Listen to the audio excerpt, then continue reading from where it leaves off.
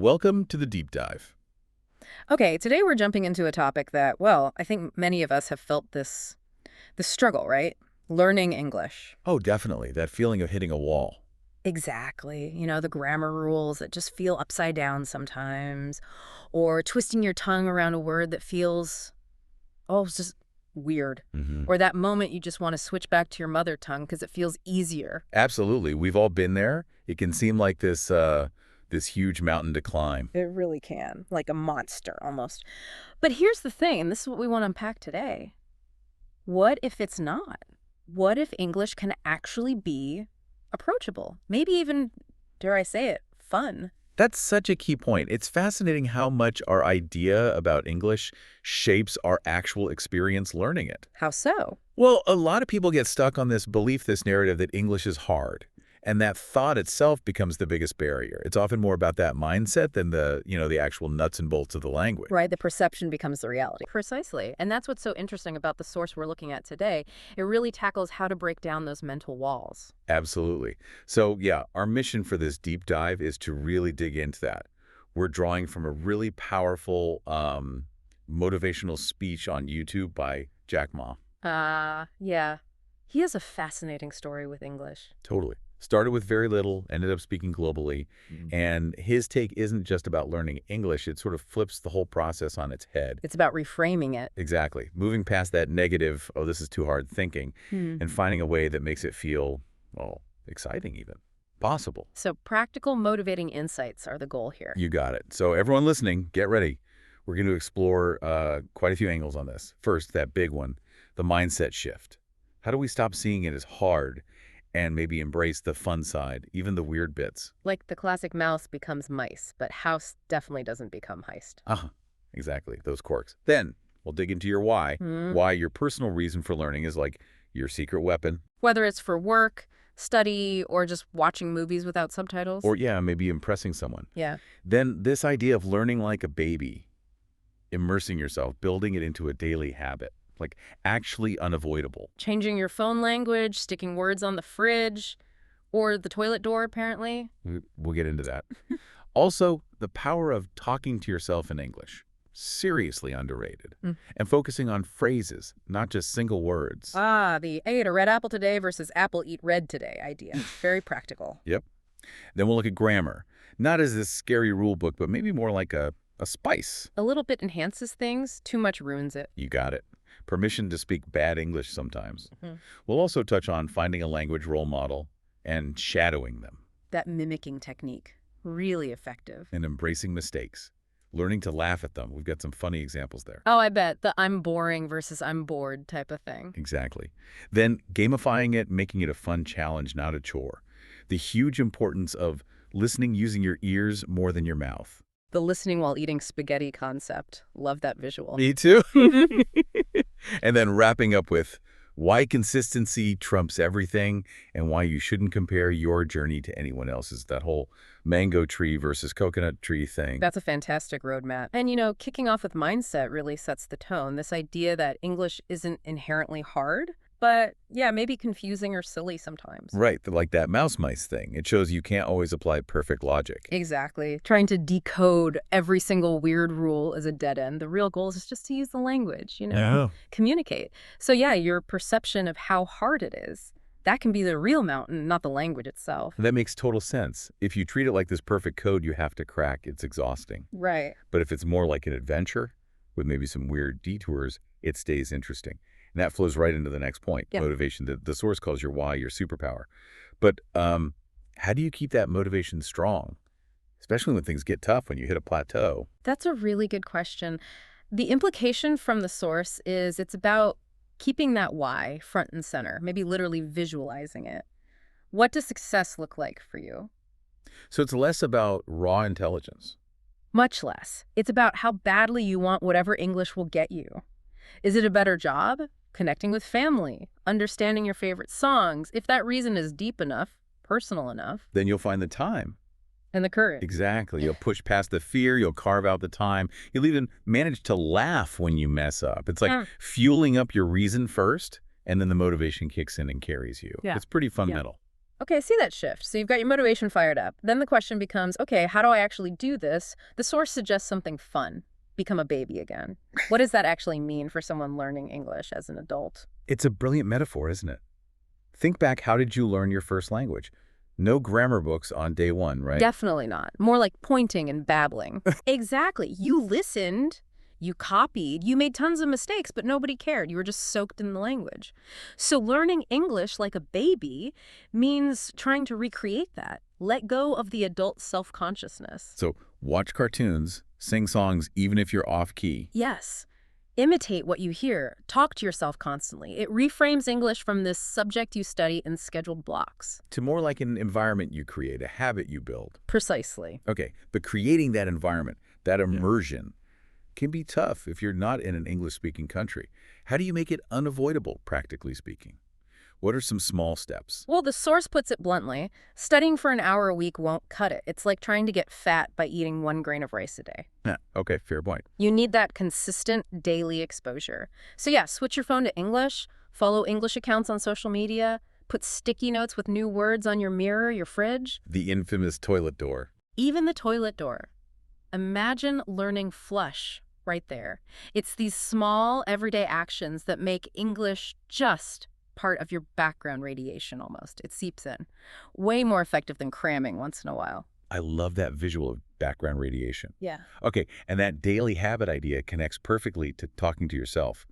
The source jokes that people who do this are geniuses. Well, it is genius in its simplicity. It's free practice, anytime, anywhere, no need for a partner, no expensive classes. Just you and a mirror. Asking yourself, how is work? What's for dinner? Exactly. Your mouth, your tongue, they need practice just like any muscle. You got to work them out. And this ties into the other point about words versus phrases. Right, because just knowing words isn't enough. Not at all. You can know thousands of words and still sound clunky. The source uses this great analogy. Words are bricks, but phrases are the house. So just having a pile of bricks doesn't mean you can live in it. Exactly. You need the design, the structure. Instead of trying to force apple, eat, red today together. There's something awkward like, apple eat red today. You learn the whole phrase, I ate a red apple today. Boom.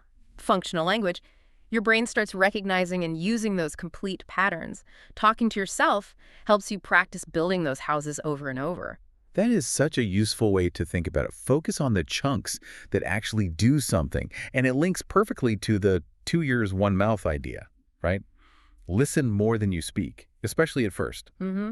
The more you listen, podcasts, music, movies, the more your brain just soaks up those natural patterns, those houses. You're building this internal database of how English sounds and flows. So eventually you just start speaking more naturally without overthinking it. That's the idea. Like the source says, one day someone asks how you got so good, and you'll just say, oh, I was listening while eating spaghetti. Haha. I love it. That passive immersion turning into active fluency. Exactly. The input builds the foundation. Listening provides the model before you try to build it yourself. Okay, that really clicks. Now let's tackle the beast. Grammar. It paralyzes so many people. But the source has this fantastic framing. Grammar is like salt. A little makes the food tasty. Too much, you'll throw up. Yes. What does that mean practically for someone terrified of getting the verb tenses wrong? It's incredibly freeing, it says. Don't let the pursuit of perfection stop you from communicating at all, especially early on. So speak first, worry about perfect grammar later. Basically, yes, speak bad English, but speak.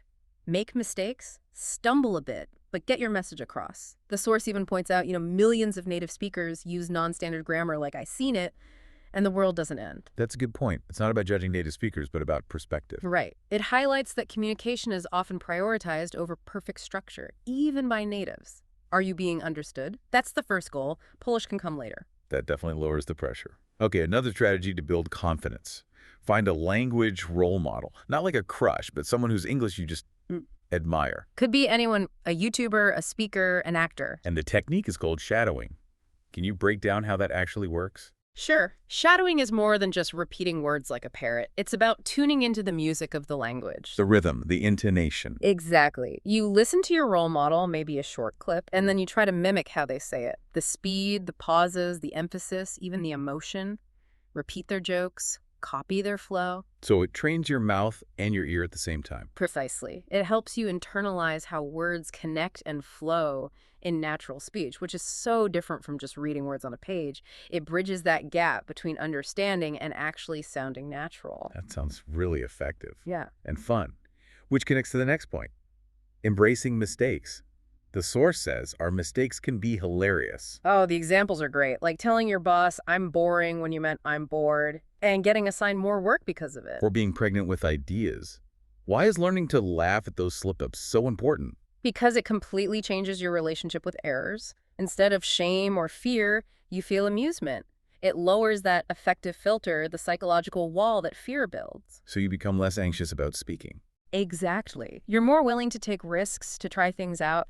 And honestly, you remember those funny mistakes, which actually helps you correct them later. It builds resilience and makes the whole journey more positive. That's a really powerful insight.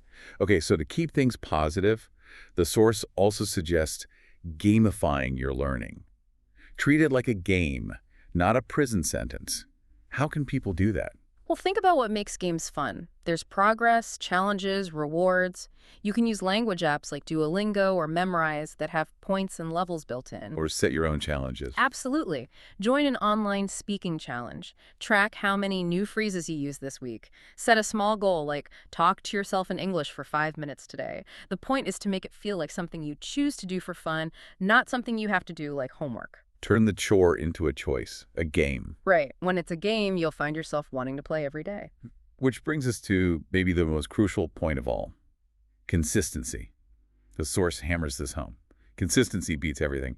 What does that look like day to day? It means exactly what it says. Consistency beats raw talent. It beats having a great memory. It definitely beats being afraid. So even just 15 minutes a day is better than... Then cramming for hours once a month. Absolutely. Yeah. That consistent daily touch point is what builds the pathways in your brain. You don't need huge blocks of time. You just need to show up every single day. And the tip is to mix it with things you already enjoy. Yes. That makes consistency almost effortless. Love football. Watch interviews in English. Love cooking. Follow English recipe channels. Connect English to your passions. Don't treat it as this separate, painful task. That way it becomes part of your life, not an interruption to it. Precisely. And that links directly to the idea that you get fluent by speaking, not by waiting until you're fluent to speak. That waiting game doesn't work. It's such a common trap. Like waiting until you're fit before you dare step into a gym. It's completely backwards. Good analogy. Fluency is the result of speaking, not the prerequisite for it. So you have to start now, wherever you are. Your English is, say, 10% today. Speak at 10%. And tomorrow it might be 11 or 12%. Exactly. You build that speaking muscle gradually, through practice, through making those mistakes we talked about. And slowly, steadily, your confidence grows, your ability grows. And one day someone will ask, wow, your English is great. Are you from London? That's the goal. Yeah. Okay, one final major insight. The danger of comparison. Comparing your English journey to someone else's is, according to the source, a huge mistake.